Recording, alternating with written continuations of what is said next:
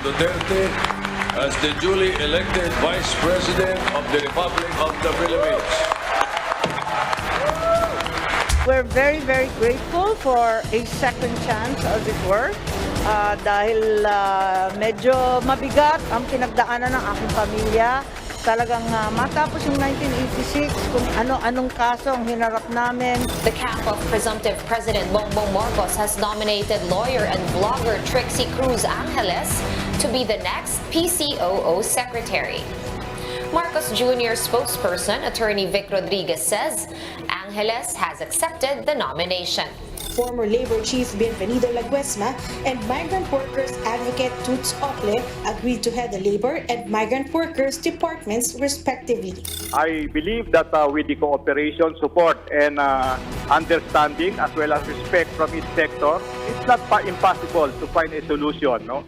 It might not be a perfect solution, but I think we move towards the direction na magkaroon ng kasiguruhan ng trabaho na medyo pwedeng ipagpalaki ng mga manggagawa at pwede namang suportahan ng mga employer.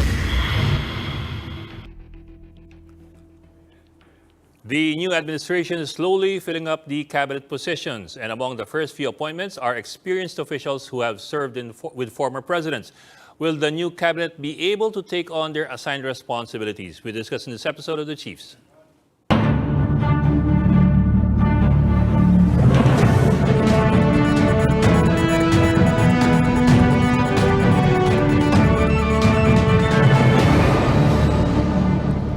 We will be joined by our guests and the other chiefs when we return.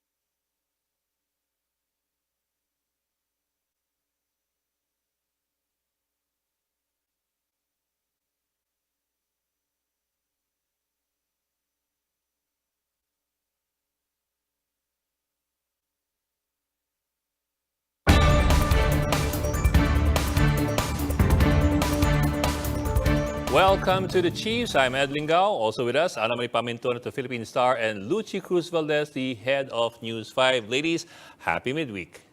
Happy midweek. Hello, good evening. Should I bother to ask what your top Proclamation story is for Day. tomorrow? Yes. Should I bother to ask what the top story is? Siyempre, all eyes were on the proclamation.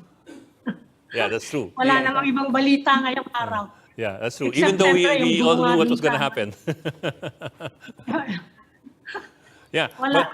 Just to add to that, of course, you have proclamation, but you also have new appointments. You have Yes. Trixie Right. Cruz Angeles as the new head For of the the PCOO. Although she's not, I think she's not going to be the spokesman, so there will be a different person who will be acting as a spokesman. Yes. Hindi raw, wala raw i-appoint, di ba? Walang spokesman. Sabi niya at the start. Yeah. Oh, that'll be interesting. Okay. So, yeah, now, among other things. And our first guest for tonight is going to be one of those who was appointed. I guess we should bring him in already. Now, joining us is incoming Labor Secretary Bienvenido Laguesma of the Department of Labor and Employment. Sir, magandang gabi and welcome to the Chiefs. Good Good evening, evening, sir. Sec. Magandang gabi, Ed. Magandang gabi, Lucy at Ami. Salamat for having me in your program. Nako, sir, Thank you for being here. Salamat for being here. Sir, well, it's official na finally. Bongbong Marcos is the 17th President of the Philippines. So I suppose by this time, you've already been able to talk to him about kahit paano policy directions for the Labor Department. Ano mga balak ninyo? Maraming dapat tignan Ed, Lucy at Ami. Kasi dapat ko siguro masusing harapin yung problema sa pamamagitan ng pagtingin. Ano ba yung mga programa in place ng Department of Labor and Employment na ang layunin ay makapagbigay ng tamang serbisyo sa ating mga constituencies sa Department of Labor and Employment. And hindi naman ako nagdadala ng mahiwagang baston, magic wand. Dapat makinig ako sa constituencies ng Department of Labor and Employment, having been away, Lucy, Ami, and Ed, for more than 2 decades na. Yeah, efficiently. yun na nga eh. Yes. How does it feel to be coming out of retirement and back into government service? I'm sure hindi kayo makahindi sa bagong halal na Pangulo, no? But curious lang nga ako bakit po kaya kayo raw ang napili? Not that you're not qualified, okay? But syempre, it's also nice to know where the incoming president is coming from as far as his appointments are concerned. In your case, bakit po kaya? Candidly, Lucy, ako rin medyo parang na-off balance nagtaka din Bakit naman? Kasi nung ako ay anyayahan ni President-elect Bongbong Marcos Jr., upang kausapin. Incidentally, yung aking pangalan ay nakaabot sa kanya sa pamamagitan ni Attorney Vic Rodriguez, isang medyo matagal ng kaibigan dahil parehas kaming abogado at kami nagkatulong, nagkasama dito sa Integrated Bar of the Philippines, Quezon City Chapter. Mahigit ng mga 15 taon kasi mas bata naman siyang hindi hamak sa akin. Nung ako ay paanyayahan at makausap ko ng personal si President-elect Bongbong Marcos, handang-handa ako na mabigay ng mga excuses habang ako'y papunta doon sa kanyang bahay sa North Sa Pole. excuses mo.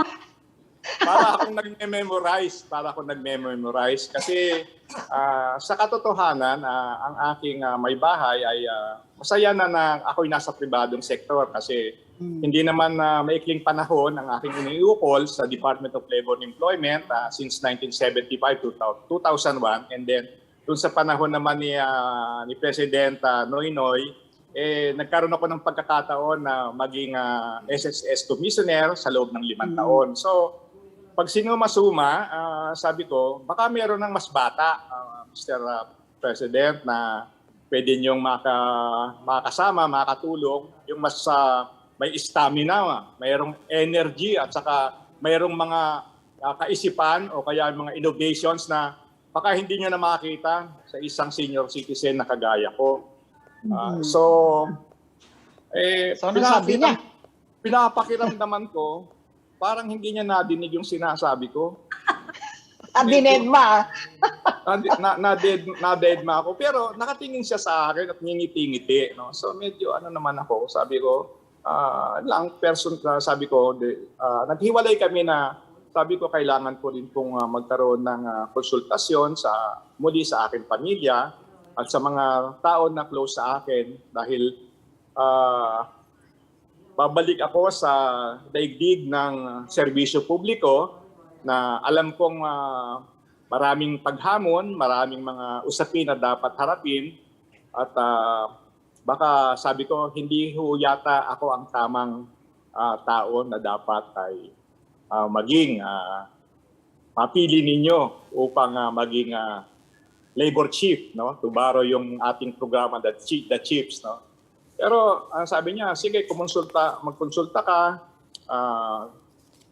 mag-usap ulit tayo after ganito, magkaroon lang ko ng konting bakasyon para ihanda ko rin ang aking sarili. So that was the end of our first discussion. And so along the way, siyempre, konsultasyon, sabi ng aking may bahay, siguro hindi naman tayo dapat siguro tumanggi sa panawagan na tumulong muli kung meron tayong maitutulong at samahan natin sa pagsisikap na mabago ang buhay ng mga pangkaraniwang mamamayan, lalo ng mga manggagawa kasamang mga namumuhunan, no? So that was the discussion namin ng aking may bahay na CTS at ng aking mga ibang kaibigan. Bigyan natin ng pagkakataon at siguro baka this is a second chance of a lifetime for you and for me to be able to more or less baka meron pa akong nalalabing mga kaisipan na pwedeng makatulong upang yung mga dating issues noon na hanggang ngayon ay nagpapatuloy, yung nga lang medyo mas intense at saka mas passionate ang pag-articulate ng mga usapin na may kinalaman sa unemployment, paghanap ng trabaho, paragdagang benepisyo at sweldo. Sabi ko, marahil siguro kung ako'y talagang babalik sa Department of Labor and Employment, ang unang-unang gagawin ko ay makipag-konsultasyon sa mga sektor na pinaglilingkuran ng Department of Labor and Employment, yung hanay ng manggagawa sa pamamagitan ng kanilang mga leader, at sa mga employers organizations din sapagkat ang tanaw ko sa kanilang dalawa, dapat ay pag-consider sila seriously as social partners, no? So that's it, no? And noong Monday, in-announce na ni President-elect Bongbong Marcos Jr. na maraming salamat at tinanggap na yung paanyaya. So that's it. Parang sa loob ng mahigit na isang linggo, nabuo yung aking determinasyon at desisyon na subukang tumulong uli sa bagong papasok na administrasyon. Well, nabanggit niyo yung mga paghamon, yung mga issues. Isa sa pinaka-challenging yung pwesto nyo ngayon because we're coming out of a pandemic. At saka kung pag-uusapan natin yung continuation, right? Sa continuation, isa sa mga hindi natupad na pangako ni President Duterte, itigil yung contractualization. Siguro sa isyong yon, ano yung naiisip nyo na pwedeng gawin? Diyan sa pagtatapos ng endo or paglilimit or whatever is in your mind? Ay, yung nabanggit ko kanina, Ami, no? Actually, kasama din yan sa ilang mga usapin na napag-usapan o nabanggit ni President-elect Bongbong Marcos Jr. At batay dun sa aming usapan, ang aking direksyon dapat ay balikan ang provision ng Labor Code. Ano bang nangyari? Bakit dati naman ay maliwanag na mayroong pinapayagan, pinapahintulutan o yung tinatawag nila na legitimate and permissible job contracting. Hindi pa naman nababago yung batas, no? Kaya lang, ang napansin ko, through the years, sa implementasyon, sa iba't ibang level, no? Lalo na sa bahagi siguro ng planta, merong kanya-kanyang pagpapatupad nung sana isimpleng usapin na ito lamang ang pinahihintulutan. Kaya yung sa tanong mo, Ami, ako ay nakahanda na pakinggan pero meron din akong sariling kaisipan kung paano natin pagtatagpuin, no? Ang importante makita siguro nila, wini-welcome ko yung mga mungkahi nila at nais kong pagtagpuin na hindi isasakripisyo ang kapakanan at karapatan ng mga manggagawa. Subalit, consider din seriously yung interest sa concerns ng employers and hopefully sa kanilang tulong at kami ay magkakaroon ng sama-samang pagbalangkas, magkakaroon ng working arrangement na hindi lalaganap yung tinatawag na illegal o pernicious forms of contractualization. Kasi alam naman natin, sa globalisasyon, kailangan mo ng flexibility, pero hindi ibig sabihin na mayroon dapat mga abuso sa mga pagkakataon na dapat talaga ang mga manggagawa may kasiguruhan sa hanap buhay at may katiyakan na sa pagiging regular nila na mayroong mga karagdagang benepisyo. Dapat yun siguro ang kanilang makita sa kanilang paggawa.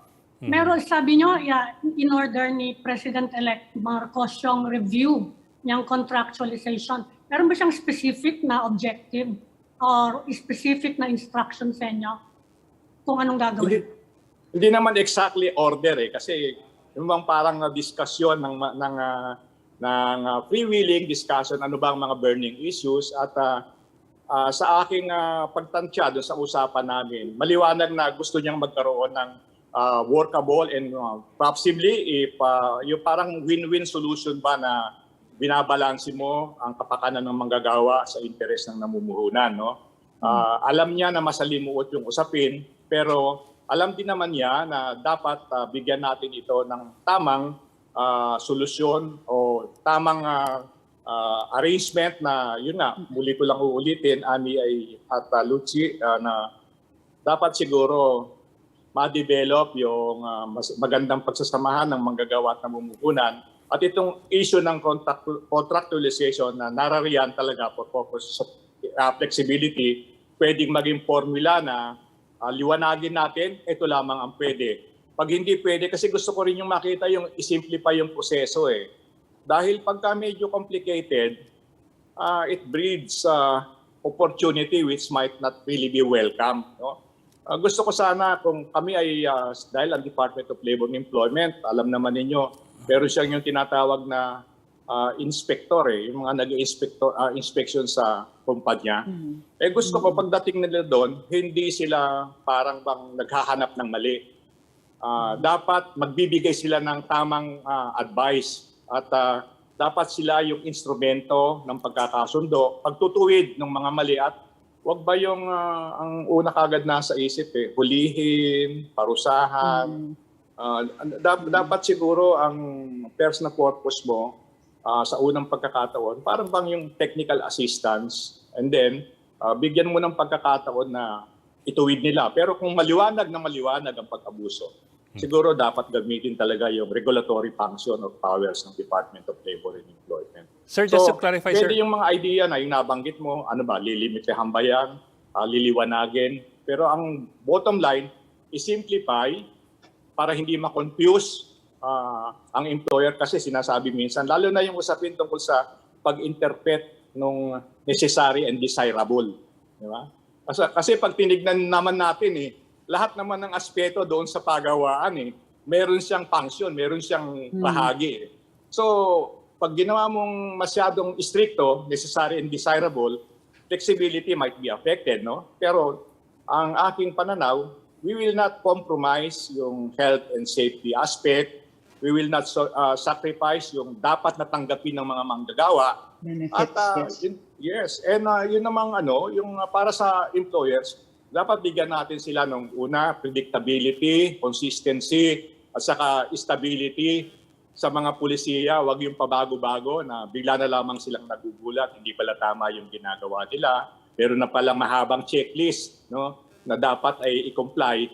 Alam naman natin, karamihan ng ating mga pagawaan nasa mga kumpanya, nandoon sa tinatawag na small and medium enterprises. So, malaking masyado ang hamon, pero ako naman ay naniniwala na hindi naman siya imposible na gawin. No? Merong magagawa. Kailangan lamang nga yung aking panawagan na dun sa mga ilang pakikipag-usap ko ay panawagan sa unawa, tulong, suporta, at saka pakikiisa. No? Kasi ang bottom line natin, hindi lamang yung personal na interest. No? May mga sacrifices na gagawin. Pero ang sacrifices should not be to the extent na nilalapastanganan, we are actually abusing, and then we are not giving workers their due. No? Doon sa kanilang pagtatrabaho sa mga kumpanya natin. Sir, just to be clear, sir, so you're not looking at ending ENDO, whether by legislation or by executive action. You're not looking at ending ENDO. You're just looking at qualifying and clarifying the issues that would allow contractualization. No, I'm not closing the door to legislation. In fact, kasi katulong mo rin ang katulong. Ako ang tingin ko sa ating House of Representatives at saka ang Senado. Katulong natin 'yan kasi sila ang bumabalangkas ng batas eh. Ang kailangan siguro lang patibayin natin ang ugnayan, magkaroon tayo ng pagpapaliwanag kung ano nakikita natin na pwedeng maging bahagi hindi lamang sa pagpapatupad ng mga local employers kasi alam ko na at this point in time dahil may papasok na bagong administrasyon, nagmamasid o tinitignan tayo ng mga investors, no, hindi lamang ng local kundi ng foreign investors. At ang tanong ko lang sa aking sarili, paano tayo makaka-encourage, makaka-inspire ng additional investments, no, or even expansion of existing investments? Kung nakikita nila na parang walang kasiguruhan, walang katiyakan, lalo na yung tinitignan nila na industrial peace, dapat merong kapayapaan dun sa kanilang industriya. Hindi naman ibig sabihin ng industrial peace, wala nang dispute. Sana magkaroon din ng pagrespeto at tamang pagkilos yung mga mekanismo ng Department of Labor and Employment sa pagre-resolve, sa pag-asaayos ng mga problema ng manggagawa at namumuhunan. So, hindi ko kino-close yung dapat kasama kasi sila din sa pagtulong sa pagsulban nitong problema at hindi naman lahat pwedeng gawin ng Department of Labor and Employment. In fact, nabanggit ko rin na sa usapin na ito na mayroong mga manggagawang involved, kailangan ko ang pakikipag-ugnayan, pakikipagtulungan sa iba-ibang mga departamento na nakikita ko, nariyan yung mga manggagawa na dapat mabigyan ng karampatang atensyon, karampatang benepisyo. For example, yung mga manggagawa na ating mga healthcare workers, mga agricultural workers natin, and basically also yung mga nasa construction industry na medyo mapanganib ang trabaho, kailangan mabigyan natin siguro sila ng pangangalaga at pakikipag-ugnayan sa kanilang mga employers na unahin din natin yung aspeto ng health and safety at the same time, bigyan natin ng what is due to the workers. Sir, what about sa usapin po ng minimum wage, no? Alam niyo naman, recently itinaas ang minimum wage sa NCR at sa ilang mga rehiyon sa bansa. Pero marami nga nagsasabi na bakit daw ba kasi nagka-tripartite pa, hindi na lang nagre-regional wage board pa. Bakit? Ano po ang inyong pananaw pagdating sa mamungkahi na dapat ay national wage board na at dapat pantay-pantay na ang minimum wage? Lucy, merong batayan kung bakit nagkaroon ng tinatawag na Wage Rationalization Act, yung Republic Act 6727. Ito'y napasa noong 1990. At that time, I was Undersecretary of the Department of Labor and Employment.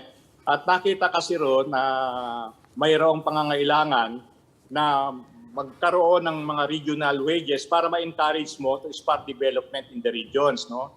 Kung pare-parehas at kulang sa infrastruktura, merong mga difficulties, transporting of goods, etc. So, ang nabalangkas nga yung paglilikha nitong regional tripartite wages and productivity boards at binigyan sila ng mandado at mayroon silang 10 criteria na pagbabatayan kung dapat nang magdagdag ng sweldo, no? Pag tinignan mo, pinagsama-sama mo yung 10 na yun, hindi mo naman lahat yun makukompleto. Pero ang importante kasi ron, yung needs of the workers and the capacity of the employers, no? Tapos yung sitwasyon ng mga negosyo sa isang particular na regiyon. Ang napansin ko lang, bagamat ang pangalan ng boards ay Tripartite Wages and Productivity Boards, mukhang puro wages lang ang kanilang pinagkukulan, hindi nila isinabay ang pagtitingin sa productivity. Kasi saan pa naman manggagaling? In fact, pagka tayo inihanay sa mga kalapit na bansa, sa ASEAN, pag tinignan mo ang productivity level natin, medyo, hindi naman siguro kulelat, no? Hindi naman siguro kulelat, pero medyo malayo tayo.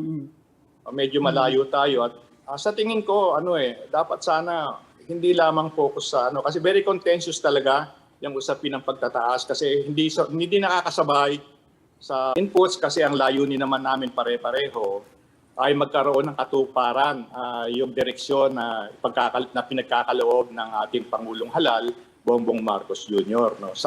sama-sama kami sa pagbuhat, sama-sama kami sa direksyon na pabutihin ang kalagayan, hindi lamang ng mga manggagawa, kundi yung mga pangkaraniwang mamamayan na umaasa sa pangako ng isang mabuting bukas. Secretary, Pero just to be direct about it, happy ba kayo? I mean, hindi happy. Pero sa tingin niyo po ba, sapat po ba yung mga binigay na pagtaas sa minimum wage? There is never hindi lang talaga sasapat na Luchi. Kasi pag tinignan mo, madidinig mo yung mga reklamo, mababa, mataas ang presyo. Ako tinitingnan ko kasi kung marami talagang malilikha ang ating private sector na mga hanap buhay. Hindi lamang isang may trabaho sa isang pamilya, no? Pwede nga magkaroon ng 2 o 3, no? At batay din yan siguro sa kahandaan, sa kasanayan ng mga manggagawa. Hindi ko naman inaasahan na ang isang nagtatrabaho, pagpalagay na natin yung ordinaryo na manggagawa, rank and file. Lahat ng pangangailangan ng isang pamilya na binubuo ng 5 o 6 manggagaling sa isang employer lamang. Kasi babalansihin mo ang kakayahan eh. Yun nga, medyo it's a delicate task of doing balance, no? Kung pwede nga lang sabihin ko, o yung 750 na sinasabi, sapat na ba yun? Pagka nagsuma na, nag-budget na yung mga nanay o yung mga tatay na nagbabudget, Kulang pa rin. kulang pa rin. I think it will never be enough, no? Pero pagka nagbigay ka ng ganitong karagdagan at ang tatamaan ay mga maliliit na kumpanya, nakita ko kasi yung ibang mga merong nagne-negotiate, no? Yung alam naman natin ng union, merong collective bargaining agreement. Siguro pag nirevisan ninyo at tinignan nyo, madalang naman yung nakakakuha ng 33. Kaya ang nangyayari diyan, medyo naghihintay na lang ng kada taon na merong karagdagan. At ang isa pang medyo nakita kong problema natin sa ibang bansa, in particular ito pong sa Singapore, ang kanilang wage board pwedeng magdagdag, pwedeng magbawas, pwedeng magmoratorium. Ganon din naman sa Hong Kong. Pero sa atin lahat talagang direksyon, taas lang tayo ng taas, no? So, pero hindi pa rin nakakasabay kasi yung ang reklamo, yung purchasing power ng mga manggagawa humihina kasi yung mga produkto tumataas, no? Parang endless process, naghahabol, hindi makahabol. Hindi ko kagaya nga ng sabi ko kanina wala akong dalang mahiwagang baston Pero aking susikapin na sana sa pamamagitan ng Department of Labor and Employment at tulong ng ibang mga department, mabawasan namin yung mga issue na medyo magtulong-tulong, no? Kasi nakikita ko kung meron kang sinasabi natin subsidy, ayuda, for example, guys, sa transportation, libre pamasahe, yung mga ganun, nakakatulong sa mga pangkaraniwang manggagawa yun Hindi naman lahat ng dapat natignan usapin lamang ng wage benefits, no? Meron din kasi tinatawag na non-wage benefits lalo na yung may kinalaman tungkol sa usapin ng kalusugan at kaligtasan. Health insurance, yes. Minsan ka lang magkasakit, siguro kahit na siguro 1,000 sweldo mo kada araw hindi sasapat So ito yung mga areas na dapat sigurong pagbutihin, palakasin at pagandahin. At yun, uulitin ko rin lang kasi kung sa'yo pinagkatiwala ang isang public office na dapat ay public trust at pinapatakbo o sinusuportahan ng public funds, dapat yung mga resources maukol talaga dun sa mga intended beneficiaries. Yun ang isa sa mga gusto ko talagang makita na mangyari kasi marami tayong mga nadidinig sa programa ng pagpapatupad ng ganitong proyekto. Parang merong tinitignan, merong tinititigan, merong nabibigyan, merong hindi nabibigyan na tama naman o dapat namang mabigyan. So, hindi ko siguro masosolve lahat yan. Luchi, Ami, hindi ko masosolve lahat yan. Pero aking iukol yung panahon na sana makakuha tayo ng pagbuti, no? Maybe not that thing, but those items na merong immediate solution, dapat magkaroon kaagad ng katuparan. Yung mga kailangan ng mga medium-term solution or mid-term, short-term, medyo pabilisin natin ng konti. Ang nakikita ko lang na importante, dapat sana ang delivery ng services, pabilisin natin at pagkaloob natin doon sa mga talagang nangangailangan na mabigyan ng serbisyo publiko ng mga departamento na bahagi ng ating pamahalaan. Secretary, itong nakaraang 2 taon, merong isang trend na naging popular, yung work from home. Pero medyo malabo pa yung mga rules dyan, lalo sa mga kumpanya, di ba? Ano yung mga naiisip nyo na kailangang regulations para maayos yan? Ang tingin ko, a general statement on that matter. I-simplify yung rules saka mag-coordinate.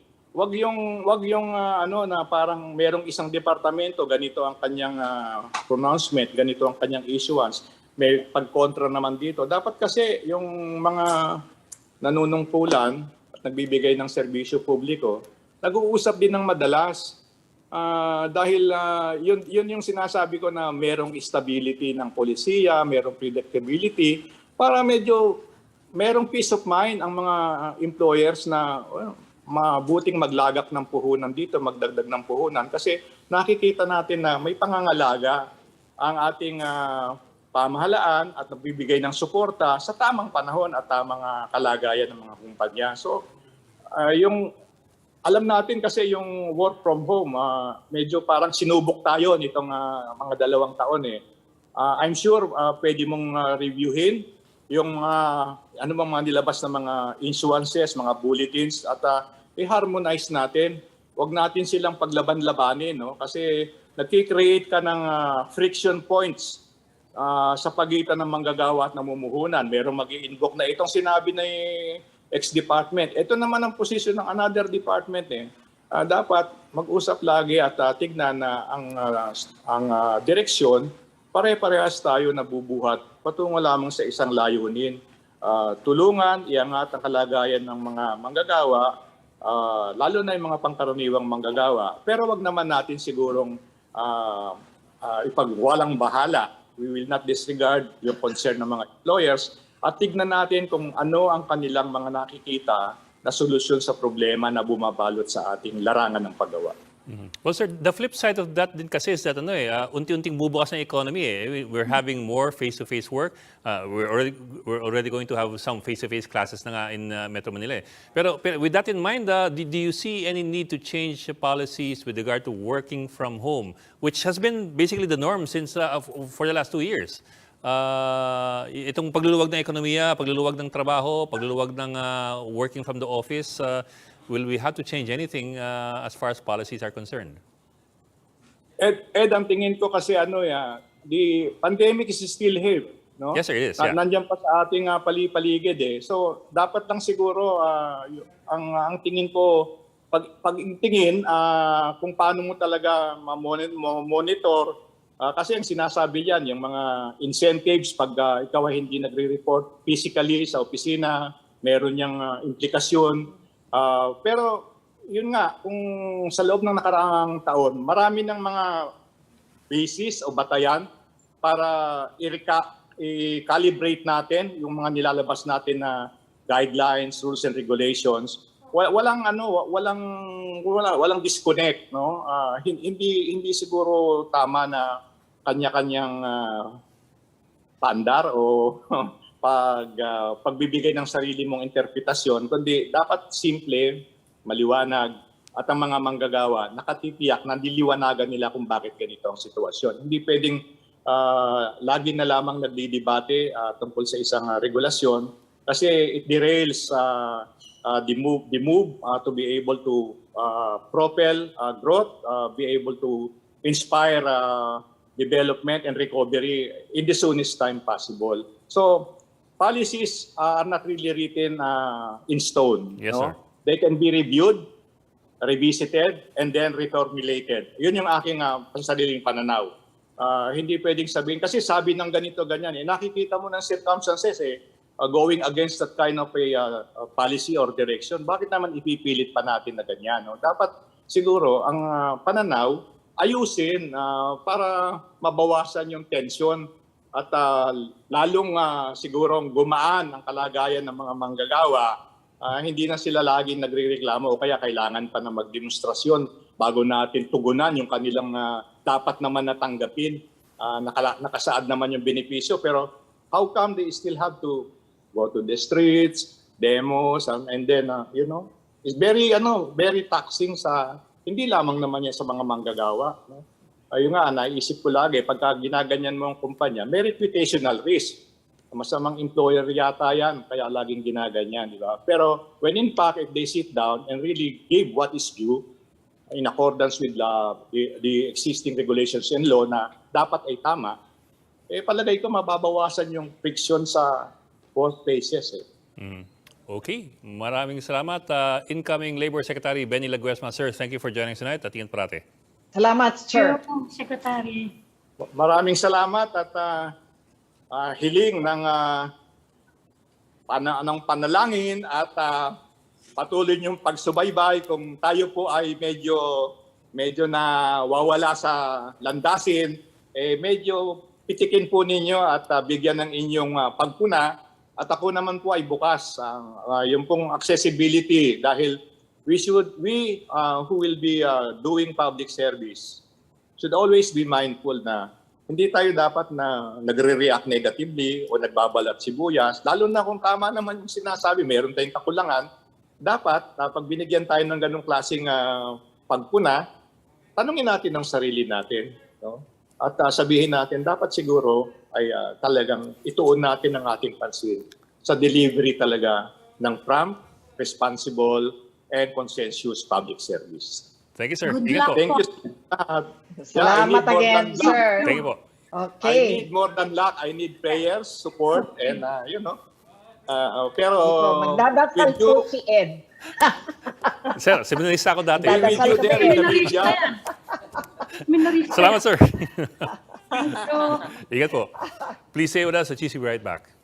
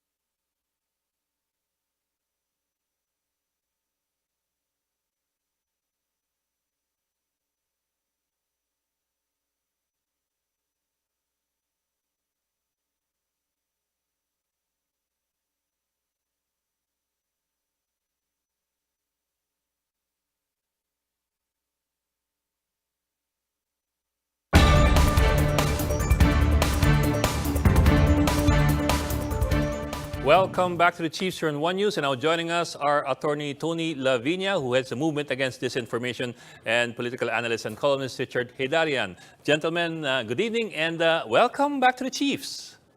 Hi. Evening. Good evening. Kamusta po? Hello, sir. Good evening, magandang gabi po. Good evening po. Well, sirs, up until May 9, we were all talking in terms of the hypothetical pa lamang and the theoretical. Today, we had the proclamation. And so, let me ask you this. What should we expect from a Marcos presidency? At first, I was thinking of asking you specific themes. But I figured I'll give you flexibility. With a general question, what should we expect? Actually, my analysis is very simple. This is not an aberration. This is a culmination of a process that began in 1986 of total elite control, political elite control of our political system, di ba? Political families, personalities, celebrities. So I actually expect same old, same old. To be honest, and you see it sa appointments. This is a government that will look like GMA, a government that look like actually President Aquino. In other words, mas hindi pa Duterte. Duterte was actually the aberration. Maraming taga Davao, maraming probinsyano, maraming military kasi yun ang kanya, that was his comfort zone. This one will be politicians and technocrats. And mainly from Ateneo, LaSalle, UP, probably less military, which is good.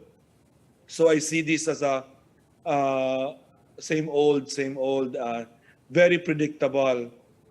Except in one thing, no? I mean, but also in a way predictable that will happen, di ba? The press, the media. Okay. Trixie being appointed there, first time that you have a non-press person to basically run that. Because they were very successful in going around traditional media. And I guess people realize now, I mean, politicians realize now that, traditional media, they don't know how to handle traditional media, and they don't have to, because they can go straight. Whatever you call it, disinformation, misinformation, whatever, they're waste now. So actually the challenge in traditional media to be, how do you become relevant, right? If in fact the officials, the politicians can go directly to the people without you as the medium with which to go to. So that's the new thing. But we saw that coming already, I think. In the Duterte years, we saw that already coming. But governance, I'm pretty sure, same old economic policies. Human rights, maybe even better than Duterte, but also, I know under Secretary Remulla, he's a lawyer's lawyer, also like Secretary Guevara is a lawyer's lawyer, and they'll probably be tracking each other. But that's my view. Prof. Heydarian. Yeah, first of all, I think Bongbong Marcos is very lucky that he came after Duterte. And I think without Duterte, I don't think a Marcos Jr. presidency would have ever happened. I mean, bulk of his vote is really Sara Duterte vote. Let's be honest about it. And Sara got even more votes for the vice presidency. Having said that, on the surface, I think this will be an improvement.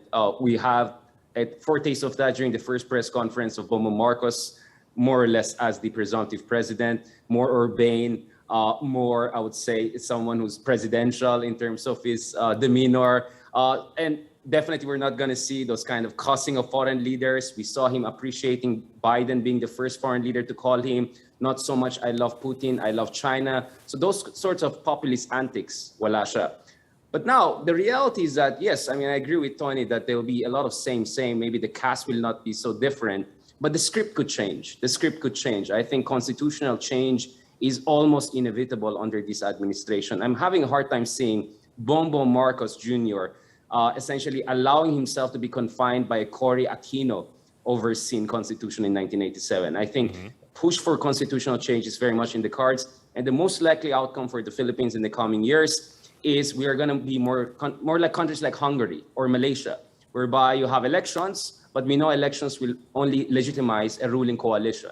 It could be Marcos Jr., it could be Sara, the same kind of people. And then it's very possible under a new constitution, they will defang the Commission on Human Rights, they'll defang institutional checks and balances. So things could actually move in a very worrying direction if you believe in liberal democracy. Nonetheless, I said how Marcos will behave is not set in stone.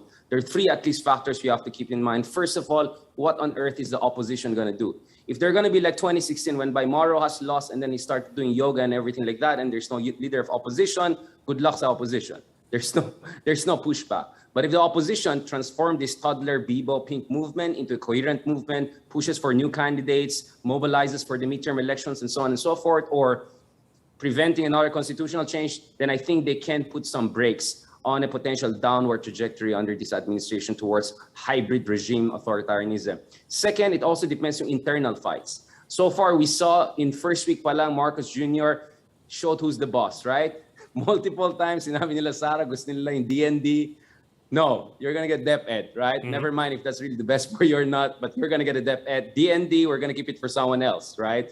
And up until now, hindi pa na-fill up yung mga key positions like DFA, like DOF, among others. Let's see about that. So it also depends how these different power players, Arroyos, Romualdez, Dutertes, Marcos, they negotiate the terms of their coalition, their cartel, some would say, for the coming years. And the third factor is international affairs. So far, Marcos has sent a good signal. He has shown that he's not I love China, I love Putin all over the place, but he's open to engagement with our partners in the West, our partners in Europe. Within 6 days, I think he was already in Australia. Duterte didn't visit a single Western capital in 6 years. So I think if our Western partners engage Marcos' administration on a proper basis, we can also make sure we have more balance in terms of our foreign policy. So in general, nothing set in stone, but I think overall, there's a very real risk that the Philippines becomes what political scientists call a hybrid regime. Elections are going to be there, but we know who's going to win it. They're going to be mainstream media, but the social media and proxies of the coalition will control big media and big frequencies. You know what I'm talking about here. So if you want to see the future of the Philippines, maybe you can look at Turkey, Hungary, or Malaysia, and some of these countries who are somewhere in the twilight zone. Those are major amendments if you're talking about, virtually terms of office, even forms of government. Like if you're saying, it will be like Hungary, is this what you expect? And in what particular parts of our charter will those changes be made, and what will be prioritized? Apart from, how will he go about changing that political system so that it doesn't look like the Cory Constitution anymore? How drastic will the amendments be? Yeah, I want to see what Tony has to say on the constitutional issue. I'm sure Tony has a background in the Constitution, and then I'll give in my own input. And my answer to that is actually consistent with my analysis that the Marcos victory and government is really just a culmination of the 86 Constitution, the consolidation of political families and political elites, right? So the question is, now that it's seen that they can actually consolidate under this system, do they actually need a change? Because previously the change was always, the focus of the politicians is to change term limits, really. Yes. To be honest, the accountability they don't care about that because they know that they can manage accountability issues within the system. It's the focus has always been term limits, right? So maybe they'll just do that and just get away with term limits. That's not necessarily bad, especially at the local level, because I think term limits had a grotesque consequence of enlarging political dynasties even more. And we didn't expect it was to be like that, but that's what happened. Tony. But just to finish the thought, my view though, I really Bongbong Marcos doesn't actually scare me, because I actually think that he has a very even the speech today, even the words, this is about the family, this is about service. There is no grand vision And then I look at the characters around him. I do not see anyone with a ground vision. Maybe former President Arroyo, but she's also not necessarily going to want to stay there for another 20 years. She won't be able to stay there for another 20 years. That was so graceful in just giving up the speakership to an ally, right? So I'm not sure about that. In fact, I actually would welcome constitutional change because we need constitutional change to exactly leave this political system that doesn't give a chance to people with good records, doesn't give a chance to people with platforms. In fact, we really hostage this country to celebrities, to personalities, and to political dynasties. And we actually need to change that. So, and I'm actually not sure whether Marcos actually wants that, because they probably certainly the Dutertes and the Duterte camp will fight them on that. No? But I do agree that here you see we also shouldn't underestimate Marcos in terms of just the political strength and the will, because they tried to make him go down from and be the vice president of Sara. He refused that, and now very clear he's shown who's the boss. Tony, you're saying it's a culmination of same. Are you also saying irreversible to? I mean, even many analysts are saying well, they have similar observations. You think it's irreversible, or what can be done? Without constitutional change and structural change, yes. Our senators from now on will be magkapatid, magkaanak, or artista, o boxer. But even with constitutional change, ayaw naman nilang ilagay yung ayaw nilang isama. That doomed the chacha of Duterte, yung dynasty provision doon, yung anti-dynasty. Yeah, exactly. Here's where I think the major mistake in the 87 Constitution, I studied that very much, 86, was the choice of a presidential system and even a Senate system. Although the Senate was useful for things like the US bases and things like that. But these two features, a presidential system and a congressional system that's district-based and not party-based, and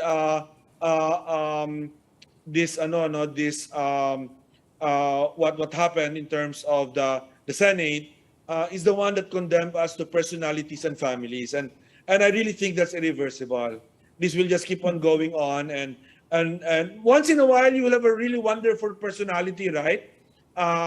That's also from a family or a celebrity, and we can all hitch our wagon on the star of that person, but that will just be for 6 years or 3 years or whatever, and then we go back again. So unless yun na nga. Yeah.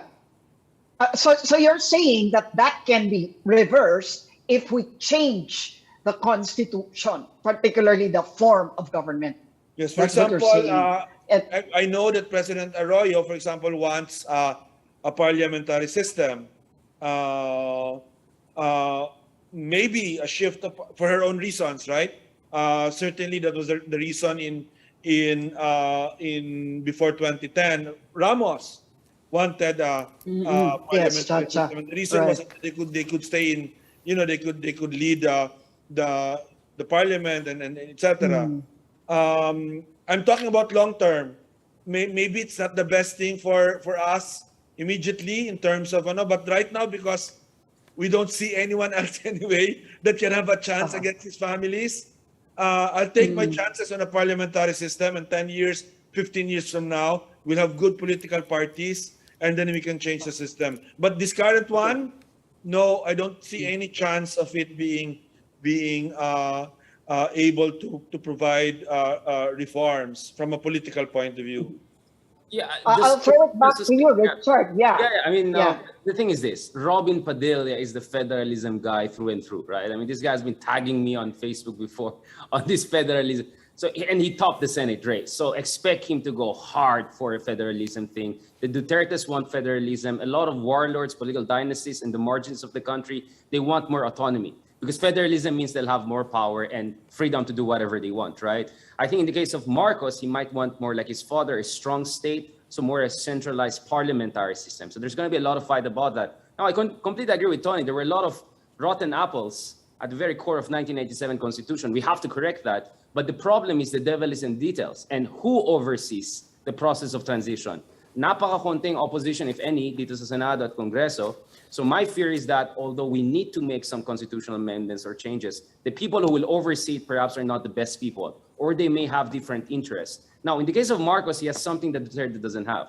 He's younger, he's more disciplined. I mean, you can say whatever you want about Bongbong Marcos, but I remember everyone also underestimated Aquino. He said, oh, he was mediocre senator, whatever, congressman. So when he ran for presidency, no one took him that seriously. And then he showed us, actually, he has a sense of destiny, and he went all in. Marcos now has 31 million votes behind him, right? And he's the first majority president in half a century. I think his sense of destiny might be there, and he might have just enough discipline and political capital to engineer a constitutional change that none of his predecessors were able to do since the time of Ramos. No? Now, whether he'll do it the right way or not, that's where my worry is. At the same time, I also see the point of Tony in the sense that even if the constitutional change doesn't work, the system may be so dysfunctional that it still serves the interest of political dynasty and all, so they still may end up in a good way. That's why I'm saying ang kailangan talaga dito, which has not been the case, is a strong opposition movement. One of the good things we have seen is that as the Philippines economy increases, the middle class is becoming bigger. The youth is becoming more mobilized. I mean, 5, 6 years, 10 years ago, could you imagine yung pink movement na nakita natin? I mean, we saw EDSA 1 and EDSA 2, etc.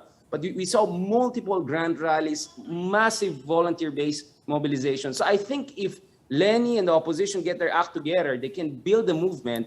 They can pull off something that no one expected. I mean, look at France. France a few years ago was in complete paralysis. Everyone thought that the far-right Le Pen will take over. And then this Macron guy came out of nowhere, created his own party, brought mathematicians, celebrities, bankers. Next thing you know, he's the first re-elected French president since Mitterrand, and it's changing France beyond expectation. So nothing is inevitable in politics. Nothing is set in stone, but you have to do your assignment. And ang problema natin over the past decades is that may mga natulog sa pansitan, and now we're paying the price for that. That's why sabi ko, the chickens are coming home to roost. Yes, but sir. it still can get worse. That's what I'm saying. So kung hindi ayusin ng opposition, forget about hybrid regime. We might go even Russia or something else, right? So you have to keep in mind, because maybe Bongbong is not that scary, as Tony said. I have my ideas about him. But after Bongbong, someone scarier can come, remember? So this is what you have to keep in mind. We are on a very dangerous downward slide towards kind of a, I'm saying, like there's a light at the end of the tunnel, but it's a train coming. It's not the light at the end of the tunnel. So something has to be done in the next 2 to 3 years to make sure, even if we go for constitutional change, the right amendments go in, and we can work with the, let's say, better angels of this administration to prevent the worst instincts from completely hijacking the political system that, as Tony correctly said, was fundamentally dysfunctional from the moment it was founded, with all due respect to the people who were behind the 1987. But before we run out of time, can I squeeze in one more question? Let me shift gears very quickly. What does this mean in terms of what to expect about the story of this country, the narrative of this country, whether it's about martial law, about the Marcoses, or the role of the family? What could we expect of that? I'll be very quick about this because I'm sure Tony has something to say about it. For me, this is counter-revolution. In fact, I'm already working on a number of stuff about Marcos, and the title is Counter-Revolution. Tapos na, yung nung 1986 election, revolution, EDSA, whatever you want to call it, against Marcos, na-reverse na yan. Tapos na yan. So we have completely, I mean, you go to the all key numbers, Pew Survey, World Values Survey, Asia Barometer, more than 60% of Filipinos don't see martial law in negative light. And we saw in this election, 58% of Filipinos voted for Ferdinand Marcos Jr. So the whole EDSA narrative and all it's out. Unless the opposition reinvents itself fundamentally and brings back the trust of people in liberal democracy. But now, effectively, counter-revolution has won. And this is nothing unique. We saw that in France, the Bourbons came back, another Napoleon came into power. We see this trend all around the world. And in the case of the Philippines, at least, we had 30 years before another Marcos came back to power. But what did we do in that 30 years? Sa tingin ko talaga nakakulang tayo. So this is time for opposition, or whoever believes in liberal democracy, to go back to the drawing board and do their assignment and figure out how can we reinvent and regain the people's trust in liberal democracy. Because liberalism right now is a negative term in the Philippines. It's a pejorative term. And that for me is a scary thing. That for me is a very, very scary thing. Dean Tony. Yeah, I have a little less of a negative judgment of what has happened the last 30 years, in the sense that we actually made a lot of progress in terms of getting money back from the Marcoses, in terms of compensation for human rights, and getting that done, although we didn't hold people accountable for that because we didn't have a truth telling process, but we did have a human rights compensation process. I think over 10,000 victims of martial law were able to get compensation. Unfortunately, there were over 30,000 that were not able to get that because the evidence was not very strong in their particular case. I think, and this is where I also agree with Richard, the success of the Marcos campaign is not, for me, a vindication of the Marcoses. It is the vindication of a Marcos Duterte alliance. Because it was very clear that the reason they won, and at least they won this big, was they got together. The Marcos Dutertes got together and was very disciplined in keeping that campaign. But I actually also think that it, in fact, would be good to move really forward on the issues that are really more important now and matter more now. Some of which are rooted in the past, right? But some are entirely new. You know, for example, for me, moving forward, climate justice is a very big issue. Disinformation, those are kind of the two twin issues now moving forward. Disinformation and how to deal with these challenges is really quite an enormous thing that has to be done. But I do agree that you need a political movement and you need a strong political party because you cannot defeat the families with another family. You cannot defeat the personalities and the celebrity by looking for another family or celebrity, because even when you do that, you will turn out creating your own monster or actually not having a permanent solution to the problem. I think that you can only do that if you have strong political movement. In fact, that turns into a political party once election time comes. I mean, and the ball is actually on the Robredo sort of alliance created in the campaign, because even if it failed, right, they were able to triple Robredo's numbers. I actually thought personally that Robredo could not breach 15%, not because of her character or person, but simply because of the extent of the disinformation and the failure to deal with it. You know, you realize this. I think all media people realize this. You have to deal with disinformation right away, immediately, decisively, aggressively. Because if you don't, then you'll be defined by that, and it's going to be more expensive, more difficult to fight that 1 year, 2 year, 5 years down the road. Okay. But it is remarkable to me that Robredo was able to achieve nearly 30%, given that kind of extent of the disinformation. And that's because of the alliance in the end, right? What started as a very narrow alliance, you know, a very small group, was actually tripled by just getting other groups together, from the most conservative to the most progressive elements of our society. So there's hope there if in fact we build on that. That's how I see things unfolding.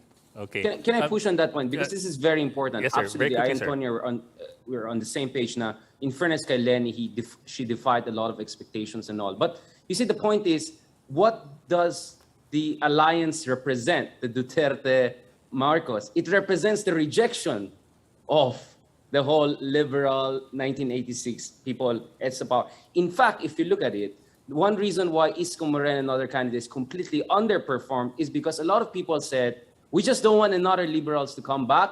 Let's just go with Bongbong Marcos because he's our best shot to prevent the return of the liberals. I mean, so far, we only have anecdotal evidence, exit polls. We don't have exit polls.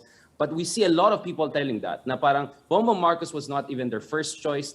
Definitely, in some cases, not even second choice. Like, they were like Isko, Sara, then Bongbong. But just to make sure hindi manalo si Lenny or makabalik ang mga liberals, pumoto na lang sila kay Bongbong Marcos. So Bongbong Marcos became a vehicle of repudiation of a whole regime that people came to believe is at the root of the problems of our country. Obviously, it's completely unfair to just blame Aquinos for everything that went wrong. They did far better on many indicators.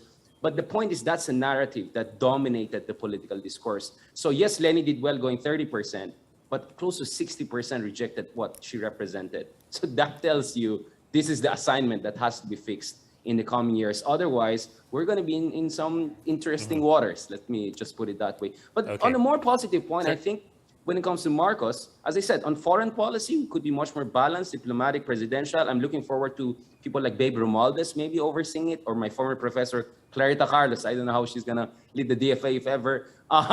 I'm going to talk about that later. Akala ko, cabinet ang pag-usapan natin, kaya napunta tayo bigla sa big question, kasalanan ni Ed Lingao yan.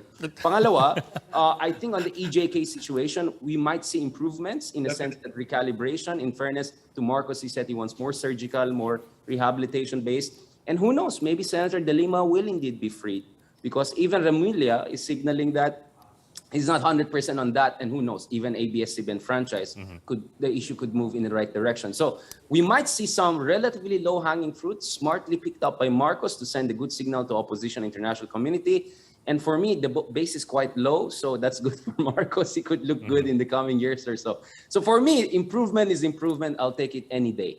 Okay, I just want to add something. I actually also don't want us to go back to liberal democracy in the way we have experienced it in this country. Because precisely why liberal democracy has been rejected is that it hasn't improved the lives of many people, especially the poor. I think also the big elephant in the room for our politics is social inequality, and how in the future that is dealt with. I think a viable opposition must anchor itself on fighting social inequality also, because and not justifying previous approaches to governance that ignored that. And so I hope that would be also be in the agenda of the political movement that I hope will come about as a result of the Robredo campaign. Yes, sir. Well, we do hope to have you again, Dean Tony Lavinia and Professor Richard Heydarian. Thank you for joining us tonight at Ingat po parate. Thank you. Thank you. Thank you. Thanks, Tony. Salamat. Thank Good to you. join as always. Yeah. That'll be all for this edition of The Chiefs. We hope what was discussed here will keep the conversation going. Before we go, a reminder to our viewers, mask on, wash hands, stay safe, Philippines. I'm Ed Lingao. I'm Mami Paminton of the Philippine Star. And I'm Luchi Cruz Valdez of News 5, and we are One News.